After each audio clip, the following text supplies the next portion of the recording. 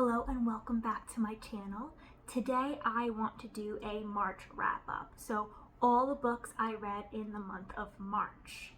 I had a wonderful reading month this month, completing 8 books total, which is by far the best I've done this year. I had a slow start January, February, and I didn't read all that much, but I made up for it in March. So I listened to 4 audiobooks in March, and all of them were good. I enjoyed them. I continued on with the Anne of Green Gables series, reading book 2, so Anne of Avonlea, and book 3, Anne of the Island. Both are great additions to the series. I loved Anne of Green Gables, and I just love seeing how Anne grows, and I also just enjoy all the other characters in the story.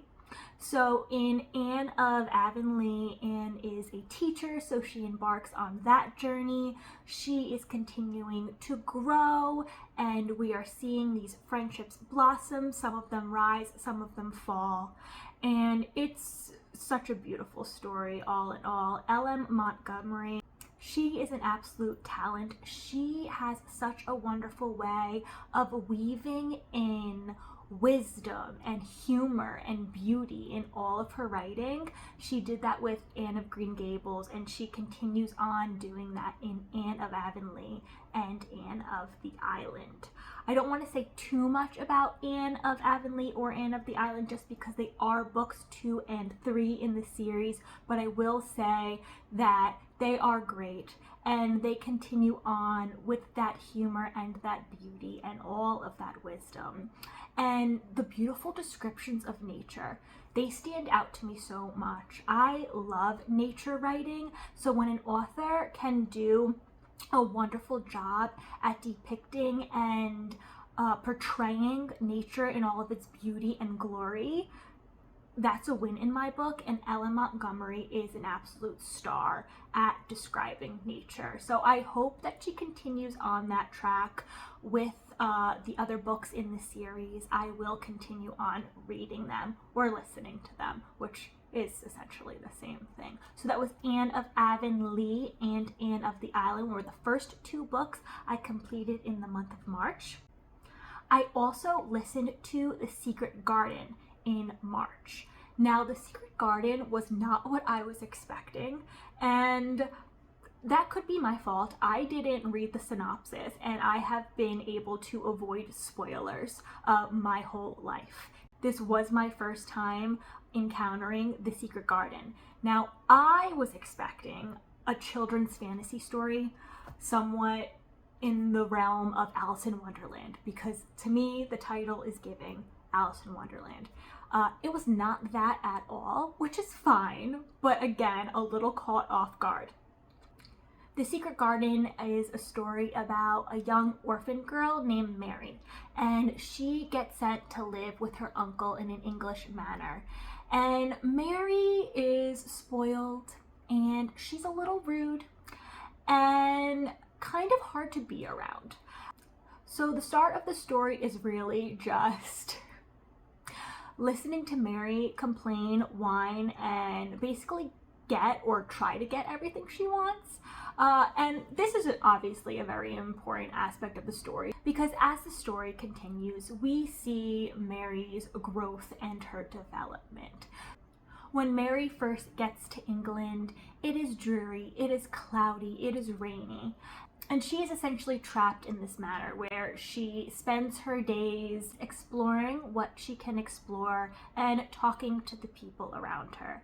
Eventually, she ends up outside when the weather begins to change, and she discovers this secret garden. So there the story really unfolds. This garden she's not supposed to have access to, she finds a way in, and there she gets to witness firsthand this garden grow and bloom and all of the beauty in that. And as this garden is blooming and growing and changing, so is she. So we really see this character development in Mary, and it's great to see her character change so much from the beginning to the end of the story.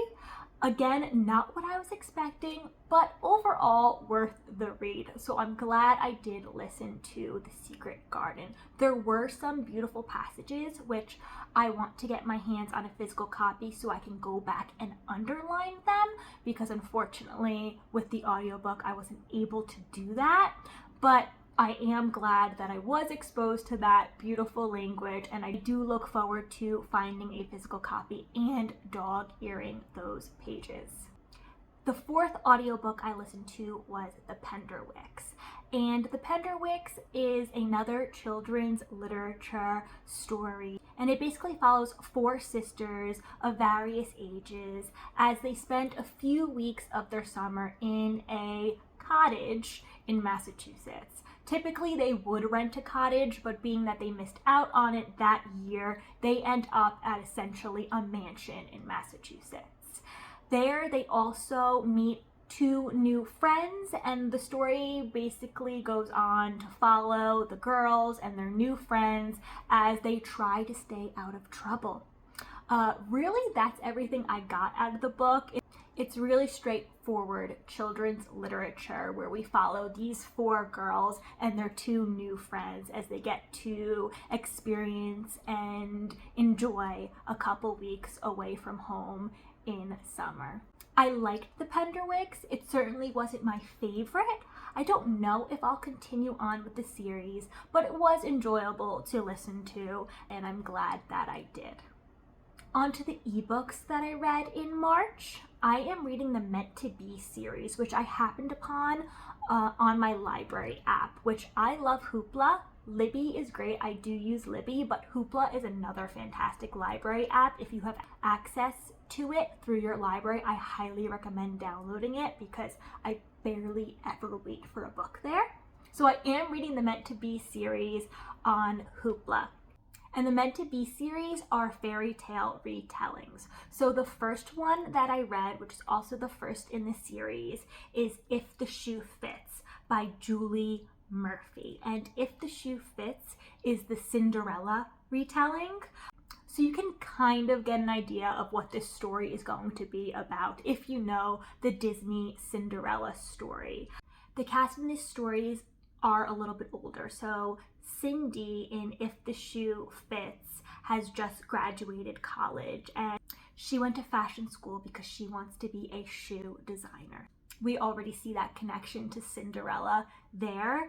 And Cindy is a striving designer, but she's in a little bit of a creative slump, and she's trying to figure out what she's going to do next. And she basically happens to end up on a show that's identical to The Bachelor. So this Cinderella story is identical to The Bachelor, and I feel like that's all you really need to know because it's Cinderella and it's The Bachelor. It was fun to read. It was entertaining. I have been enjoying this series, so if you need something that is enjoyable, somewhat lighthearted, and really just easy to speed through, I do recommend the Meant to Be series.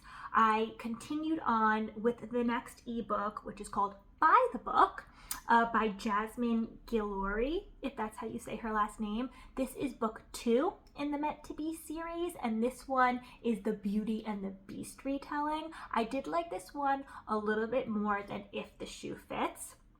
This Beauty and the Beast retelling follows Isabel, who works in publishing, and she has been assigned to their beast of an author named Beau. And Beau has been slacking. He doesn't answer their emails. He hasn't submitted any pages. His memoir is way overdue.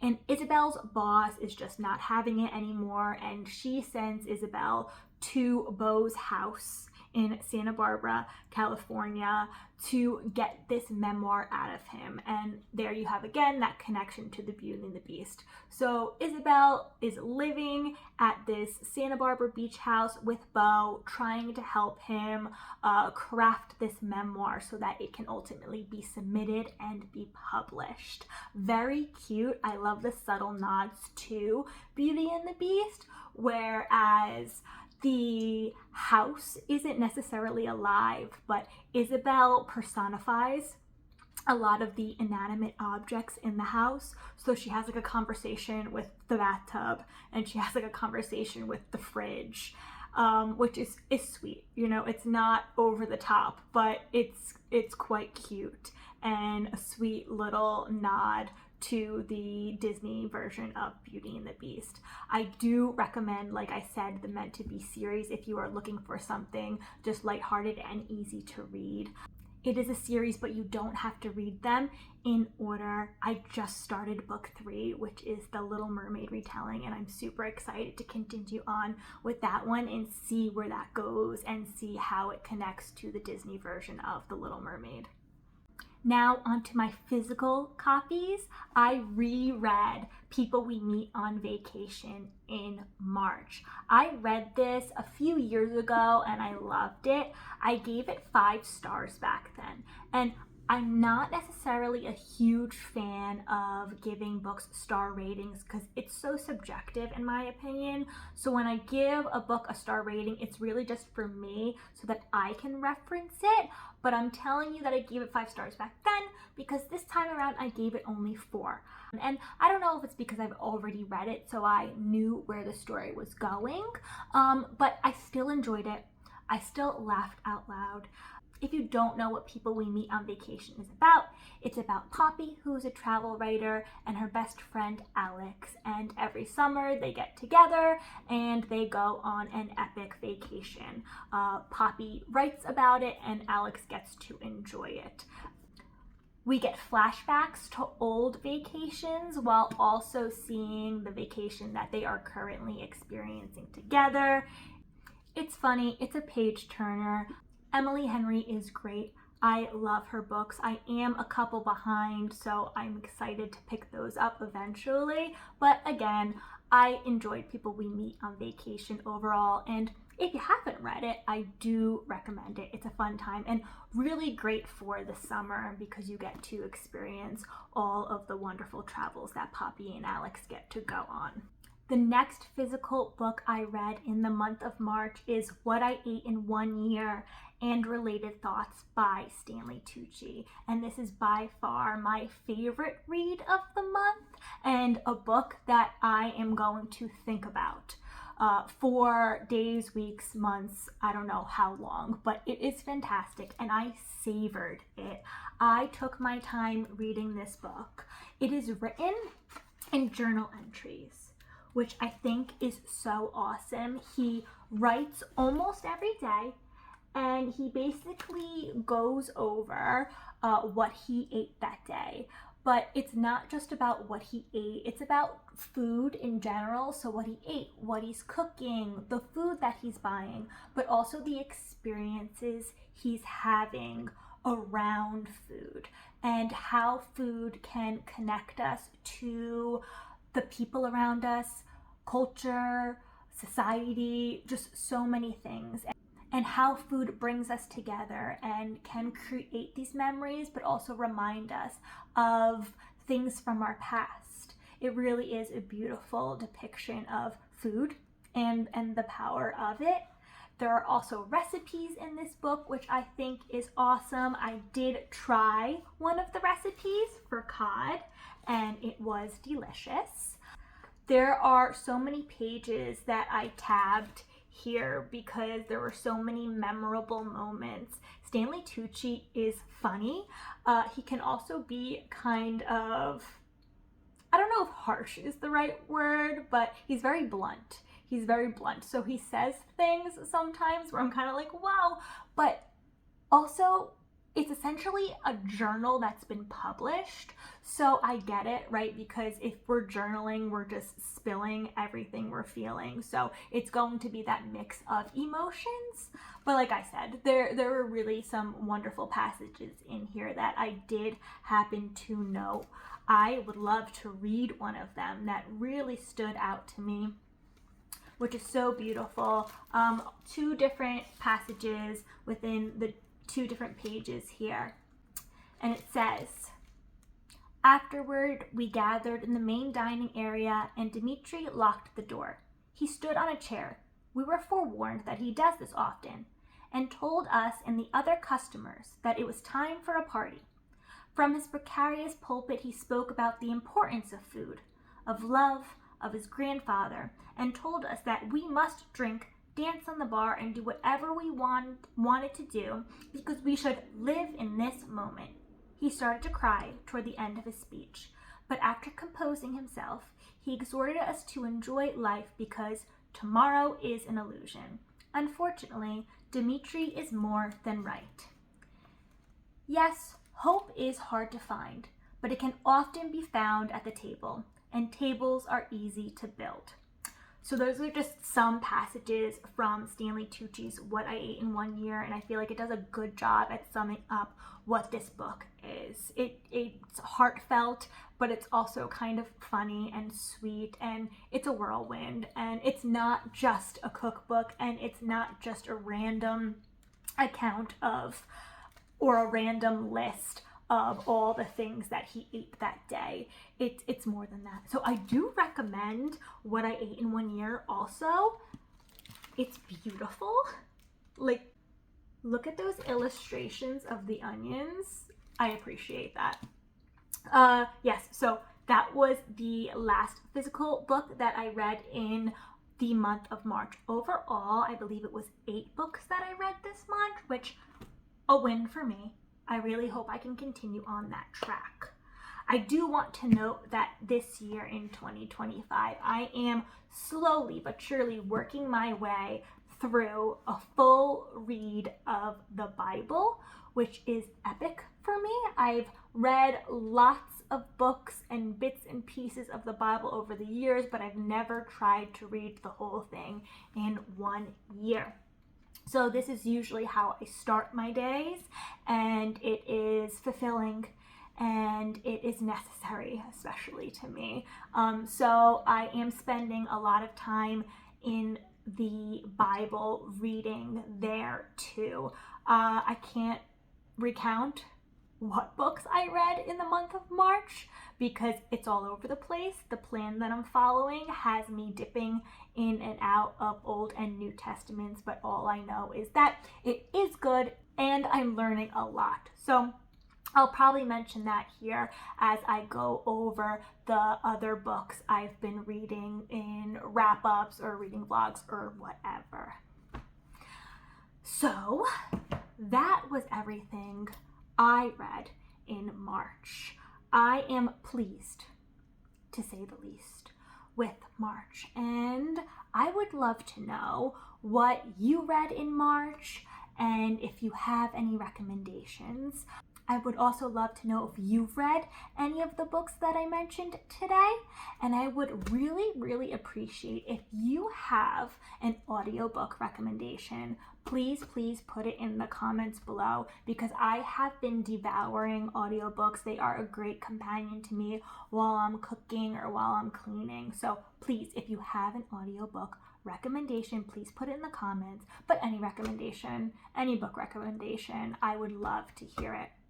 Thank you so much for watching today's reading wrap-up. I hope you all have a great reading month in the month of April, and I will see you next time. Thanks for watching. Bye.